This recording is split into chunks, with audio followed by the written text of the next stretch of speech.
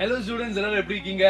இன்னைக்கு QOD ல ஒரு சூப்பர் क्वेश्चन, இம்பார்ட்டன்ட் क्वेश्चन, பல வருஷமா மனப்பாடமே பண்ணிட்டு இருக்க क्वेश्चन கொஞ்சம் புரிஞ்சு படிக்க ட்ரை பண்ணிட்டு சூப்பரா முடிச்சிடலாமா? ரெடியா இருக்கீங்களா?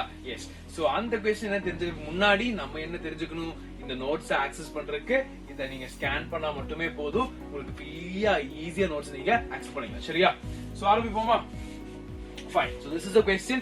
So what is glycolysis? Write the flow chart of glycolysis. நம்ம ரெண்டே விஷயத்தை பார்க்க போறோம். நீங்க வந்து glycolysis பார்த்தோம்னா ஐயோ பெருசா சொல்ல போற அப்படின்னு கவலைப்பட வேண்டாம். glycolysisனா என்ன, அந்த flow chart எப்படி இருக்கு, எப்படி அதை வந்து எழுதலாம், எப்படி ஞாபகம் வச்சுக்கலாம்ங்கற ஒரு எக்ஸ்பிளனேஷன் டெக்னிக்கோட பாப்போம். ரெடியா இருக்கீங்களா? ஓகே பாருங்க. Fine. So first glycolysis நம்ம பிரிப்போம். The word glycose-ங்கற வார்த்தைக்கு என்னன்னா glucose the meaning. Okay. So glucose lysis பண்றது. Lysisனா splitting. அப்ப glucose split பண்றது இந்த glycolysis. Very basic. அப்ப நீங்க அடிப்படை ஞாபகம் வச்சுக்கணும். glycoseங்கற glycolysisங்கற processல glucoseங்கற 6 கார்பனை வந்து split பண்றது தான் இந்த glycolysis. Clear? Fine. இப்ப நல்லா பாருங்க. இது எங்க நடக்குது? Cytoplasm. Let it be prokaryotes, eukaryotes. எங்க நடக்கும்? எப்பவுமே cytoplasm of the cell ல நடக்கும். Very very important ஞாபகம் வச்சுக்கோங்க. Fine. So இந்த glycolysis க்கு இன்னொரு பேர் இருக்கு. அந்த பேர் தான் EMP. பாத்தீங்களா? Emden, Meyerhoff and Parnas இவங்க மூணு பேர் சேர்ந்து கண்டுபிடிச்சனால தான் அதுக்கு EMP பாத்வேங்கற ஒரு பேர் இருக்கு. சோ இந்த மூணு பாயிண்ட்ஸ் எழுதிடலாமா? அதுக்கு அப்புறம் முக்கியமான பாயிண்ட்ரா aerobic respiration எடுத்தாலும் சரி anaerobic respiration எடுத்தாலும். சோ பிளான்ட்ஸ்ல வந்து நீங்க aerobic எடுத்தாலும் anaerobic எடுத்தாலும் ரொம்ப காமனா அடிப்படையா இருக்கிற ஃபர்ஸ்ட் ஸ்டேஜ் வந்து glycolysis. glycolysis கண்டிப்பா இருக்கும். ஓகே. அண்ட் இதுல வந்து பிரைமரி நடக்குதுன்னு சொன்னா உங்ககிட்ட குளுக்கோஸ்ங்கற 6 கார்பன் மாலிக்யூல் வந்து ஸ்ப்ளிட் ஆகுது. அப்ப ஸ்ப்ளிட் ஆகுதுன்னா கண்டிப்பா என்னவா மாறும்? 2-3 கார்பன் காம்போனன்ட்டா மாறும். அவ்வளவுதான் விஷயம். ஓகே. 6 கார்பனை ஸ்ப்ளிட் பண்றேன்டா 6 நீ ரெண்டா பிரிச்சு எப்படி 3-3 அவ்வளவுதான் விஷயம். ஓகேவா? ஃபைன். சோ இப்போ நம்ம வந்து டீடைலா பாப்போமா? ரெடியா இருக்கீங்களா? குயிக்கா பாத்துருவோமா? ஓகே. சோ இந்த கிளைகோலைசிஸ்ல குளுக்கோஸ் ஸ்ப்ளிட் பண்ண போறோம். இப்போ நமக்கு இதுல வந்து ரெண்டு ஃபேஸா பிரிக்கலாம்டா. First phase, second phase. Okay. அது என்னங்க டீடைல் சொல்றேன். ஃபர்ஸ்ட் ஃபேஸ்ல ஞாபகம் வச்சுக்கோங்க, நான் வந்து ATP யூஸ் பண்ணி போறது தான் first face. Very important point. ATP use பண்றது ஃபர்ஸ்ட் ஃபேஸ், ATP உருவாக்குறது செகண்ட் ஃபேஸ். புரிஞ்சுதா? ஈஸியா இருக்கா? ஃபர்ஸ்ட் ஃபேஸ் பாப்போமா? First face is nothing but so you have preparatory phase. Okay. So நமக்கு வந்து மொத்தம் 10 ஸ்டெப் இருக்கு. இந்த கிளைகோலைசிஸ்ல மொத்தம் 10 ஸ்டெப் இருக்கு. ஓகே. சோ இந்த 10 ஸ்டெப்ல ஃபர்ஸ்ட் 5 ஸ்டெப் நம்ம என்ன சொல்லுவோம்? preparatory phase னு சொல்லுவோம். Okay, we call it as preparatory phase. ஈஸியா பாப்போமா? ஃபைன். இப்போ நல்லா பாருங்கடா, உங்களுக்கு நான் பேசிக்னு சொல்றேன் கேளுங்க. நமக்கு என்ன இருக்கும்? நம்ம சாப்பிடுவோமா? நம்ம சாப்பிடும்போது சுக்ரோஸ் டயட்டுக்குள்ள போகுமா? ஈஸியா இருக்கா? சுக்ரோஸ் போகுமா? அந்த சுக்ரோஸ் என்ன ஆகும்னா அது அப்படியே நமக்கு கன்வெர்ட் ஆயிரும். என்னவா கன்வெர்ட் ஆயிரும்? குளுக்கோஸ் அண்ட் ஃப்ரக்டோஸா கன்வெர்ட் ஆயிரும். Okay, is it clear? So சுக்ரோஸ்ங்கற அந்த பொருள் நம்ம சாப்பிடணும் என்ன நமக்கு குளுக்கோஸ் ஃப்ரக்டோஸ் கன்வெர்ட் ஆயிடும். இப்போ நமக்கு என்ன வேணும்? குளுக்கோஸ் தான் வேணும். ஏன்னா இந்த குளுக்கோஸ் தான் கிளைகோலைசிஸ் பண்ண போகுது. அப்ப இந்த குளுக்கோஸ் என்ன பண்ணுது பாப்போமா? ஓகே, பாப்போமா? ரெடியா இருக்கீங்களா? ஃபைன். சோ இந்த குளுக்கோஸ் ஃபர்ஸ்ட் என்ன பண்ணும்னா நான் தெளிவா இங்க எழுதிறேன்டா. I will make it here with a simple note so it will be easy. ரொம்ப ஈஸியா எழுதிக்கலாம். நீங்க இப்படி எழுதிக்கோங்க, பிரச்சனை இல்ல. ஓகே. இங்க வந்து குளுக்கோஸ் இருக்கு, இங்க வந்து ஃப்ரக்டோஸ் இருக்கு. ஃபைன். ஓகே. சோ இப்போ நான் என்ன சொல்றேன் உங்ககிட்ட, நான் வந்து இந்த ஃபர்ஸ்ட் 5 ஸ்டெப்ஸ்ல ATP யூஸ் பண்ண போறேன். கரெக்ட்டா? எங்க யூஸ் பண்ணிடுவோமா? ரெடியா இருக்கீங்களா? இப்போ இந்த குளுக்கோஸ்ல பாஸ்போரிலேஷன்ங்கற கான்செப்ட கொண்டு வந்து பாஸ்பேட்டை ஆட் பண்றேன். அவ்வளவுதான் first. Phosphorylation nothing but addition of phosphate. அப்ப இந்த குளுக்கோஸ்க்கு பாஸ்பேட் எங்க இருந்து வருது? எஸ், நான் வந்து இந்த ATP ல இருந்து எடுக்க போறேன். எடுத்து இதுல ஆட் பண்ணி குளுக்கோஸ் 6 பாஸ்பேட்டா மாத்த போறேன். கிளியர்? புரிஞ்சுதா? அப்ப குளுக்கோஸ் என்னவா மாறுது? குளுக்கோஸ் 6 பாஸ்பேட்டா மாறுது. ரொம்ப ரொம்ப ஈஸி ஞாபகம் வச்சுக்கோங்க. சோ குளுக்கோஸ வந்து நான் பாஸ்பேட் குரூப்பை ஆட் பண்றனால அது என்னவா மாறுது? குளுக்கோஸ் 6 பாஸ்பேட்டா மாறுது. G கேபிட்டல் போட்டுருவோம். ஓகே. சரியா? புரிஞ்சுதா? ஓகே. 6ங்கிறது 6 பாஸ்பேட் கணக்கு இல்ல, 6th பொசிஷன்ல அட்டாச் ஆயிருக்குங்கிறத கணக்கு. சரியா? அப்ப குளுக்கோஸ்ங்கிற மாலிக்யூல் எடுத்து ஏடிபி இருந்து ஒரு பாஸ்பேட்டை எடுத்து அத குளுக்கோஸ்ல 6th பொசிஷன்ல அட்டாச் பண்ணோம்னா குளுக்கோஸ் 6 பாஸ்பேட். அப்ப அந்த ஏடிபி என்னவா மாறும்? ஏடிபியா மாறும். அடினோசைன் ட்ரை பாஸ்பேட்ல இருந்து ஒரு பாஸ்பேட் தூக்குனால அடினோசைன் டை பாஸ்பேட்டா மாறும். இவ்வளவுதான் விஷயம். சரியா? இப்ப நம்ம வந்து இன்னும் கொஞ்சம் ஈஸியா படிக்கிறதுக்கு ஃப்ளோ சார்ட் வச்சு படிப்போம். பாருங்க, ஃப்ளோ சார்ட்லயே போதும். இதுல அழகா தெளிவா சொல்றேன் கேளுங்க. We are going to use red color. Okay, so பாருங்க, ஃபர்ஸ்ட் எனக்கு நம்ம கிட்ட குளுக்கோஸ் இருக்கு. அப்ப இந்த குளுக்கோஸ் என்ன சொன்னா பாஸ்பேட் ஆட் பண்றேன். அப்ப ATP ல இருந்து ஒரு பாஸ்பேட்டை எடுத்தனால என்னவா மாறிடுச்சு? ADP-யா மாறிடுச்சு. ஓகே, அப்ப இத பண்றது யாரு? பாஸ்போரிலேஷன்னாலே பாஸ்பேட் அடிஷன் ரிமூவல்ல உள்ள யார் வருவா? ஹெக்ஸோகைனேஸ்ங்கிற என்சைம் உள்ள வந்துரும். அத மட்டும் மறக்காம ஞாபகம் வச்சுக்கோங்க. சரியா? சோ ஹெக்ஸோகைனேஸ்ங்கிற என்சைம் என்ன பண்ணுது? குளுக்கோஸ் 6 பாஸ்பேட்டா மாத்துது. ஓகே, இனி அடுத்து என்ன ஆகுது? இந்த குளுக்கோஸ் 6 பாஸ்பேட்ங்கிற பொசிஷன் ஆர் இந்த ஃபார்ம் வந்து நமக்கு ஆக்சுவலி கட்டுப்படி ஆக மாட்டேங்குது. ஏன்னா இது கன்வெர்ட் பண்றதுக்கு நிறைய ஈஸி ஸ்ட்ரக்சர் வேணும். அதனால குளுக்கோஸ் 6 பாஸ்பேட்டோட ஒரு டிஃபரண்டான ஸ்ட்ரக்சர் தான் இந்த ஃப்ரக்டோஸ் 6 பாஸ்பேட். நல்லா பாருங்க, குளுக்கோஸுக்கும் ஃப்ரக்டோஸுக்கும் சேம் ஃபார்முலா தான், ஆனா ஸ்ட்ரக்சர் தான் வேற. Hence they're isomers. அப்ப இந்த குளுக்கோஸ் 6 பாஸ்பேட் என்னவா மாறுது? ஃப்ரக்டோஸ் 6 பாஸ்பேட்டா மாறுது. அப்ப அதேதான். அப்ப ஸ்ட்ரக்சரல் டிஃபரன்ஸ் கொண்டு வரதுக்காக ஒரு என்சைம் உள்ள வரான். அவன் தான் பாஸ்போ ஹெக்ஸோ ஐசோமரேஸ். அவ்வளவுதான். பாஸ்போ ஹெக்ஸோ இங்க இருந்தே வந்துருச்சு. அப்ப இத வந்து ஐசோமரா ஃபார்ம் பண்றதுனால ஐசோமரேஸ் எக்ஸ்ட்ரா ஆட் பண்ணா மட்டும் போதும். இப்போ உங்களுக்கு என்ன கிடைச்சிருக்கு? 2 ஸ்டெப் முடிச்சிட்டீங்களா? ஃப்ரக்டோஸ் 6 பாஸ்பேட்டை ஃபார்ம் பண்ணிட்டீங்க. கிளியர்?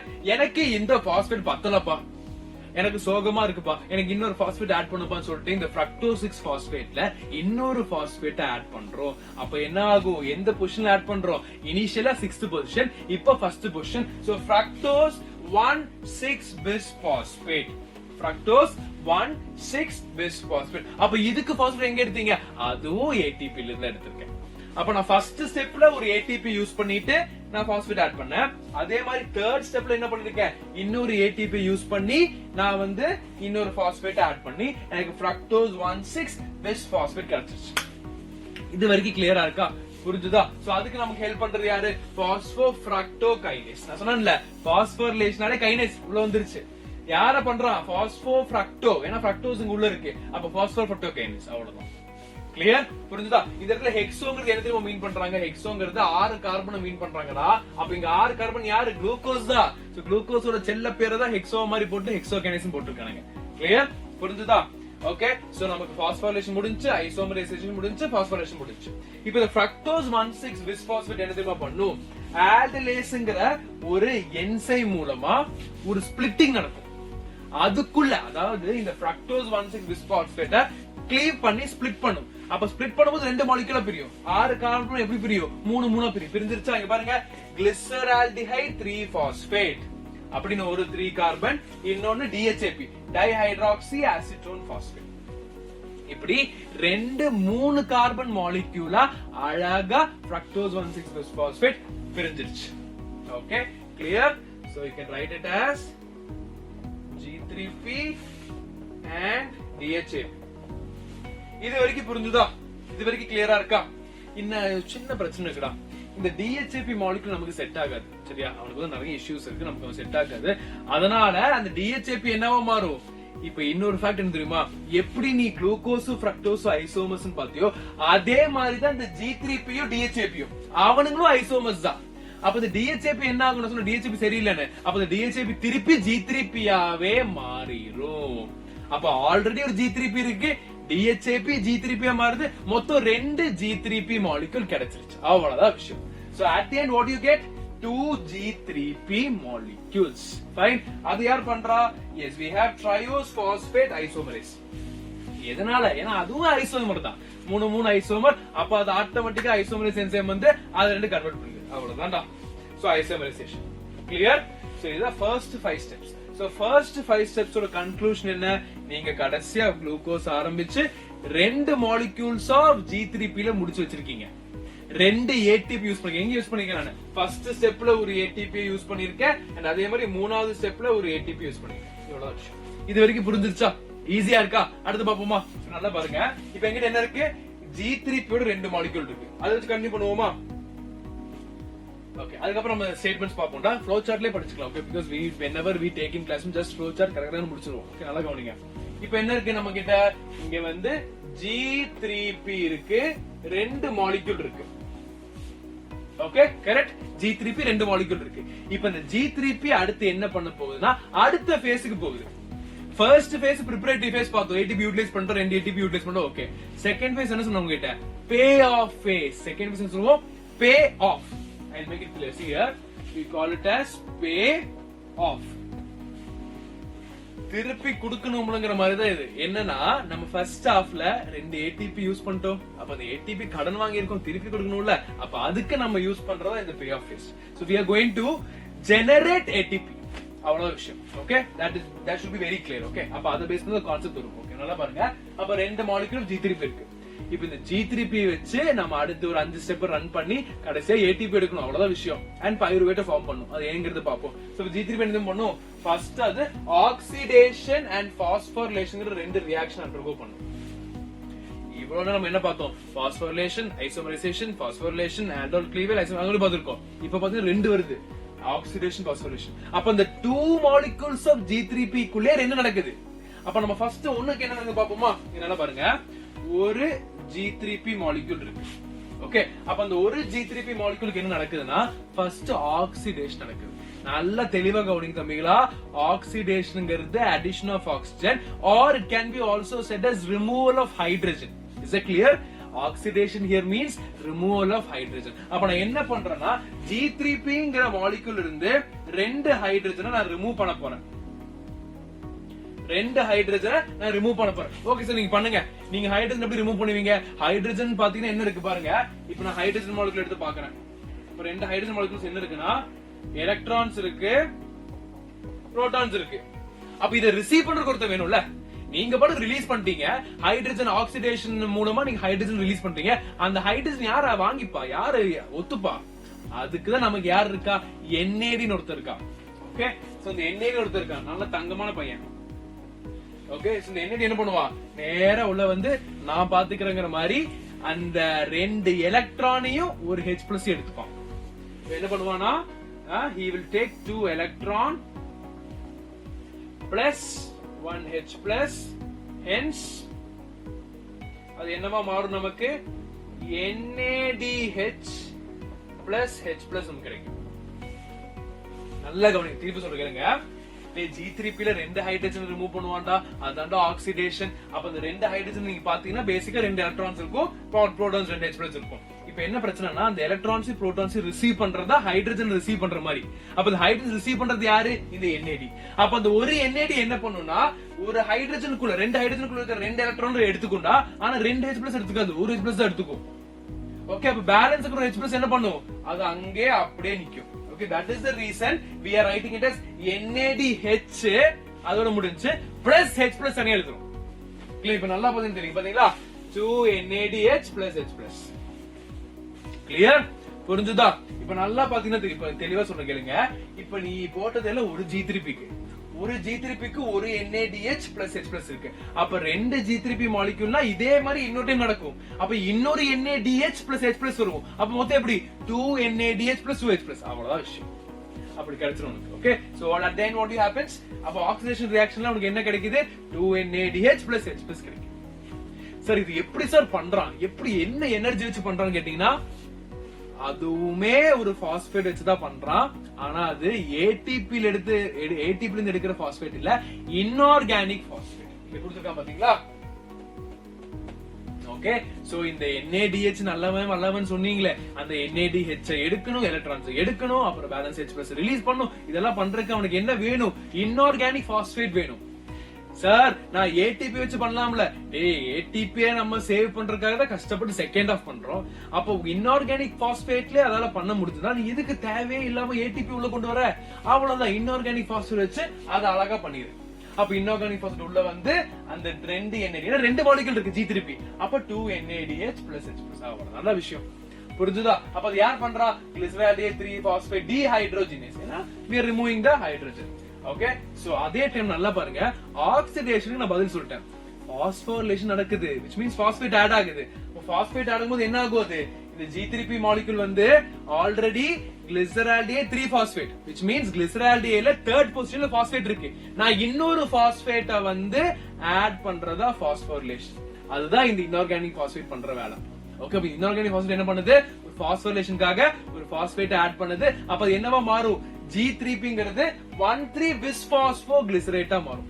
ஏன்னா தேர்ட் பொசிஷன்ல இருந்த பாஸ்பேட் மட்டும் இல்ல, இப்போ இன்ஆர்கானிக் பாஸ்பேட் உள்ள வந்து ஃபர்ஸ்ட் பொசிஷன்ல ஆட் பண்ணிட்டு அப்ப 1,3-bisphosphoglycerate வந்துருச்சு. ஓகே, அப்ப எனக்கு ATP யூஸ் பண்ணிருக்கணும் அவசியம் இல்ல, இன்ஆர்கானிக் பாஸ்பேட் இந்த வேலையை பண்ணிருச்சு. ஓகே, அப்ப மொத்தம் நமக்கு ஞாபகம் வைக்க வேண்டியது இப்போ நம்ம கிட்ட 2 மாலிக்யூல் இருக்கு. ஏன்னா G3P இருந்து ஆரம்பிச்சது. சரியா? அடுத்து பாருங்க, இதுக்குள்ள இருக்கிற இந்த 1,3-bisphosphoglycerateல இருந்து நான் பாஸ்பேட்டை நைஸா உருவி ATP உருவாக்க போறேன். உருவாக்குவோமா? எப்படி? நான் இந்த ஃபர்ஸ்ட் பொசிஷன்ல இருக்கிற பாஸ்பேட் இருக்கா, அதை எடுக்க போறேன். அதை நான் எடுத்து அதை நான் ATP மாத்த போறேன். அப்ப நான் ATP மாத்திட்டேன்னா அப்ப இந்த 1,3-bisphosphoglycerate என்னவா மாறும்? 3-bisphosphoglycerate மாறும். Because I have removed a phosphate in order to make an ATP. So that process you call it as dephosphorylation. அவ்வளவுதான். கிளியரா? சோ யார் பண்றா? அதே மாதிரி கைனஸ். சோ பாஸ்போரிலேஷன் வந்தாலே கைனஸ். சோ வந்து அவன் பண்றது சப்போர்ட் பண்றது Mg+. ஓகே, சோ அப்ப உங்களுக்கு என்ன இருக்குது? 3-phosphoglycerate 2 மாலிக்யூல் கிடைச்சிருச்சு. இப்போ நல்லா பாருங்க, இந்த 3-phosphoglycerateக்கு இன்னொரு பிரச்சனை. எப்படி நம்ம இந்த DHAP வந்து G3P கன்வெர்ட் பண்ணோமோ அதே மாதிரி இந்த 3-phosphoglycerateங்கிற பொசிஷன் இருந்தா எனக்கு அடுத்த ரியாக்ஷன் பண்ண முடியாது. ஏன்னா 3-phosphoglycerate structure is not feasible. So நான் என்ன பண்ண போறேன்? ஒரு ஷிஃப்ட் நடத்த போறேன். தேர்ட் பொசிஷன்ல அட்டாச் ஆகிற அந்த பாஸ்பேட்டை தூக்கி செகண்ட் பொசிஷன்ல போட போறேன். அவ்வளவுதான், ஒரு shift. So 3-phosphoglycerate has become 2-phosphoglycerate of 2 molecules. So shifting P from 3 to second position. அவ்வளவுதான். அப்ப அது யார் பண்றா? We have the same mutaseங்கிற என்சைம் வந்துரும். சரியா? ஓகே, அவன் தான் இந்த வேலையை பண்றான். ஓகே, இப்போ வந்து நமக்கு அடுத்த ரியாக்ஷன் பண்ணலாம். ஏன்னா நம்ம 3ங்கிறது 2-ஆ மாத்திட்டோம். 2-phosphoglycerateல வந்துட்டோம். அப்ப நமக்கு என்ன பிரச்சனை தெரியுமா? ஆக்சுவலி H2O ரிமூவ் பண்ணணும். H2O ரிமூவ் பண்றதுக்கு 3-phosphoglycerate முடியாது. அதனால ஷிஃப்ட் பண்ணி அந்த 2-phosphoglycerate இருந்து H2O ரிமூவ் பண்ணிட்டோம். ஓகே, H2 ரிமூவ் பண்றது யாரு? ஈனோலேஸ்ங்கிற என்சைம். தம்பிகளா, உங்களுக்கு எல்லாம் ஈனோலேஸ் என்ன இது வரைக்கும் புரிஞ்சிருக்கும். உங்களுக்கு ஈனோலேஸ்ங்கிறது இந்த ஈனோல் பாண்ட் உருவாக்குறதுடா. சோ அதனால இந்த ஈனோலேஸ்ங்கிற என்சைம் வந்து ஈனோல் பாண்ட் உருவாக்கி தான் H2 ரிலீஸ் பண்ணுது. அந்த அளவுக்கு டீடைல்டா போனா உங்களுக்கு கஷ்டம் தான். But still, if you have any doubts you can also comment. Okay, but basically this is the stuff. ஈனோலேஸ்ங்கிற என்சைம் என்ன பண்ணும்? ஈனோல் பாண்ட் ஆட் பண்ணும். அதனால தான் அந்த இடத்துல ஈனோலேஸ்ங்கிற என்சைம் பேர் வந்திருக்கு. ஓகே, சோ அப்ப ஆட்டோமேட்டிக்கா ஆட் பண்ணும்போது H2 ரிலீஸ் ஆகுது. அதான் கான்செப்ட். சோ H2 ரிலீஸ் ஆயிடுச்சு. அப்ப H2 ரிலீஸ் ஆனது என்ன கிடைக்குது? கடைசியா பாஸ்போஈனோல் பைருவேட் கிடைக்குது. அப்ப H2 ரிலீஸ் ஆகுதுன்னு சொல்ற டீஹைட்ரேஷன்ங்கறாங்க. அது நமக்கு தெரியும். அப்ப நமக்கு என்ன கிடைச்சிருக்கு? பாஸ்போஈனோல் பைருவேட்ங்கற ஹை எனர்ஜி மாலிக்யூல் கிடைச்சிருக்கு, PEP. இப்போ இந்த பாஸ்போஈனோல் பைருவேட்லயுமே உனக்கு என்ன இருக்கு? ஒரு பாஸ்போ இருக்கு. உட முடியுமா அப்படி? கஷ்டப்பட்டு ATP உருவாக்கணும்ல. நம்ம கஷ்டப்பட்டு ஆல்ரெடி என்ன பண்ணிட்டோம்? இங்க இருந்து ஒரு ATP சுட்டுட்டோம். ஓகே, அதே மாதிரி இன்னொரு ATP சொல்றதுக்கு என்ன பண்ண போறோம்? இந்த பாஸ்போஈனோல் பைருவேட்ங்கற பாஸ்பேட்டை எடுத்து நான் ATP-ஆ மாத்தி பேலன்ஸ் அப்படியே பைருவேட் கிடைச்சிரும். அவ்வளவுதான் விஷயம். சோ பாஸ்போஈனோல் பைருவேட் இருந்து பாஸ்பேட் எடுத்துட்டேன். இப்ப நிறைய பேர் கன்ஃபியூஸ் ஆகுது தெரியுமாடா? இப்ப மொத்தம் இந்த 5 to 10 ஸ்டெப்ல எவ்வளவு ATP உருவாக்கி இருக்க? நல்லா பாரு, இந்த இடத்துல 2 ATP 2x மாலிக்யூல்ஸ் இருக்கா? அப்ப ஒரு 1,3-bisphosphoglycerate ஒரு ATP-னா இன்னொன்னு இன்னொரு ATP 2 ATP. அப்ப 2 4 ATP கிடைச்சிருச்சு. ஓகே, நீ எவ்வளவு இன்வெஸ்ட் பண்ண? ஃபர்ஸ்ட் 5ல காலையில சொல்ற பாருங்க. ஃபர்ஸ்ட் 5 ஸ்டெப்ஸ் எவ்வளவு இன்வெஸ்ட் பண்ண? 2 ATP இன்வெஸ்ட் பண்ண. கரெக்ட்டா? எவ்வளவு கிடைச்சிருக்கு? 4 கிடைச்சிருக்கு. அப்ப இந்த 2 டேலி ஆயிடுச்சு. அப்ப மொத்தம் உனக்கு பேலன்ஸ் எவ்வளவு லாபம்? 2 ATP லாபம். அவ்வளவுதான் விஷயம். இதுதான் you call it as glycolysis. புரிஞ்சுதா? ஈஸியா இருக்கு. we made very clear. okay, so உங்களுக்கு இதுல ஏதாவது டவுட் இருந்தா கண்டிப்பா கமெண்ட் பண்ணுங்க. if possible இந்த ரியாக்ஷன் நாங்க சொல்லி கொடுத்ததை வச்சு ஒரு ஃபைனல் ரியாக்ஷனை அவுட்புட்ல கமெண்ட் பண்ணுங்க, பாப்போம். கரெக்டா தப்பாங்கிறது நானே டேட்டா வந்து செக் பண்ணி சொல்றேன். சரியா? ஒண்ணும் இல்லடா, நீங்க படிச்சதே தான்டா. இன்ஆர்கானிக் பாஸ்பேட் ஆட் பண்ணிரு, NAD ஆட் பண்ணிரு, H+ ஆட் பண்ணிரு, எல்லாமே போட்டு ஒரு ஃபைனல் ரியாக்ஷன் அழகா தெளிவா கமெண்ட் பண்ணிருங்க. அதுல ஏதாவது சந்தேகம் இருந்தா make sure commenting, will take care of that. Okay, இதுக்கப்புறம் என்ன தெரியுமா? இந்த பைருவேட் அப்படின்னு சொல்லிருந்தா, இந்த பைருவேட் வந்து ஒரு லிங்க் ரியாக்ஷன் போய் அது நேரா மேட்ரிக்ஸ் போயிடும். மைட்டோகாண்ட்ரியாக்குள்ள போய் அடுத்த வேலையை ஆரம்பிக்கும். அது நமக்கு இப்ப தேவையில்லை. அது நம்ம தனி ஒரு வீடியோல பார்ப்போம். சரியா? So okay guys, so take care, bye bye. And உங்களுக்கு இந்த நோட்ஸ் வேணும்னா நீங்க இந்த QR மட்டும் ஸ்கேன் பண்ணிட்டு ஈஸியா எடுத்துக்கோங்க. ஓகே, சரி, then bye bye.